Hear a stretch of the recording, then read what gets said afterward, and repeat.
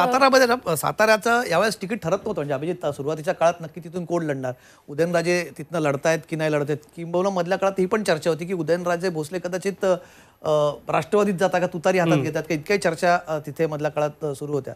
त्यांनी गेल्या निवडणुकीला ते निवडणूक लढले, नंतर त्यांनी 6 महिन्यात पक्ष बदलला, बरोबर ना, 6 महिन्यात लगेचच्या विधानसभेला त्या पोटनिवडणुकीला त्यांचा पराभव झाला होता. आपण साताऱ्याचं चित्र एकदा बघू की साताऱ्यामध्ये साधारणपणे कसं डायनामिक्स राहिलं. कारण आपण जी म्हाड्याची चर्चा केली तर म्हाड्यामध्ये सुद्धा काही भाग हा साताराचा आहे, म्हणजे माण असेल किंवा अजून निंबाळकरांचा जो प्रभाव क्षेत्र आहे तिथे तो 2009ला उदयनराजे भोसले निवडून आले होते पुरुषोत्तम जाधव यांच्या विरोधात शिवसेनेने ही जागा ट्रेडिशनली तिथे लढवली आहे. 2-2.5 लाखाच्या वरती फरक होता, हा मोठा फरक तिथे होता उदयनराजेंचा 2009ला. 14ला पुन्हा एकदा तेव्हा ते राष्ट्रवादीकडनं अर्थात लढले होते, तेव्हा राष्ट्रवादी विरुद्ध शिवसेना अशी लढत तिथे झाली होती. पुन्हा त्याच पुरुषोत्तम जाधव त्यांनी 2014ला पराभव त्यांचा केला. 2014ला तेच उमेदवार रिपीट केले होते.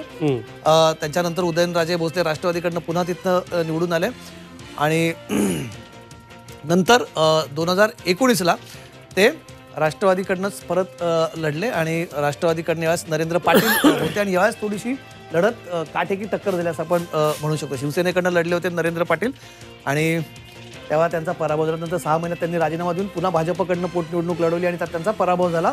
श्रीनिवास पाटलांनी त्यांचा पराभव केला.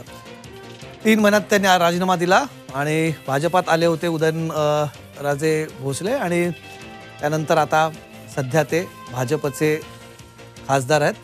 त्यांचा तेव्हा पराभव तिथे झाला. उदयनराजेंचं जर आपण बोलायचं झालं त्यांच्या तिथला ह्या इलेक्शनबद्दल बरंच बोललं जातं.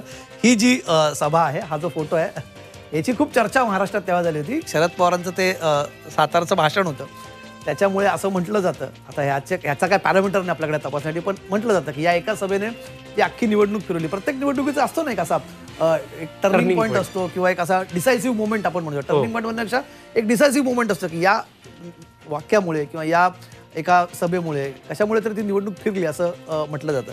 तर असं म्हटलं जातं की त्या निवडणुकीला तिथे शरद पवारांची ती सभा झाली पावसातली, त्याच्याने तो फरक पडला. पण उदयनराजेंचं राजकारण फार असं श्रुती कधी म्हटलं जातं की उदयनराजे फार राजकारण त्यांचं बेभरोशाचं असं म्हटलं जातं. कधी ते काय भूमिका घेतील, कोणाबद्दल काय बोलतील याच्या त्यांच्याबद्दल असं थेट. पण यावेळेस त्यांनी भाजपसोबत राहतील की नाही इथपासून परत सुरुवातीला शंका होती.